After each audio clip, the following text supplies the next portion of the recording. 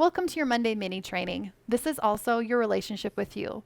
So we talked about your thoughts, and now we're going to talk about your commitment.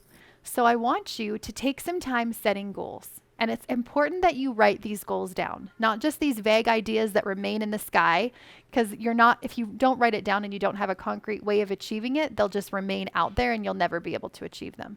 So I want you to set a specific goal. So it could be something like, I would like to have a better connection with my children. Maybe it's, I want to lose 10 pounds. Maybe it's, I want to do thought work or mindset work, like we talked about these thoughts every day for a month and see what happens, see how I feel afterwards.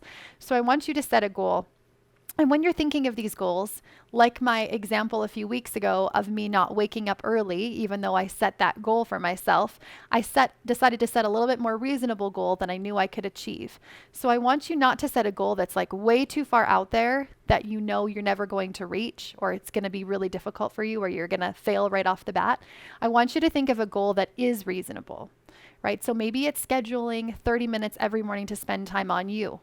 Maybe it's only 15 minutes, but think of something that you can do, eating more vegetables, drinking more water, anything, any goal that you can set that you feel like is going to stretch you for sure, but is at least manageable. Then I want you to write it down in bite-sized little pieces. So imagine if the whole chunk is losing 10 pounds or losing 50 pounds, what are all of those tiny little bite-sized steps? Maybe it's developing a protocol. Maybe it's hiring a coach. Maybe it's paying for a food program. Maybe it's exercising. Maybe it's drinking more water, eating more vegetables, getting a food journal, right? All of those little steps to create that. What I do is I visualize where I'm at in the future as already having achieved that goal. And what are all of the little tiny bite-sized steps that I then did? I'm looking back. What did I do then to achieve that goal?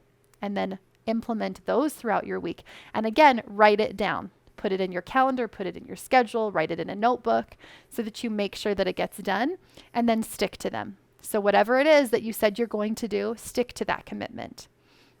And when you're writing down in the beginning of setting goals, write it down with like a clear result. So I'm going to know that I have a better connection with my oldest child. Why? How am I going to know that? How am I going to determine that that's true? So just think about that. Think about that as a result. And then if I've already achieved this result, what little steps did I take to get there? Those little bite-sized steps, and write those down and then stick to it.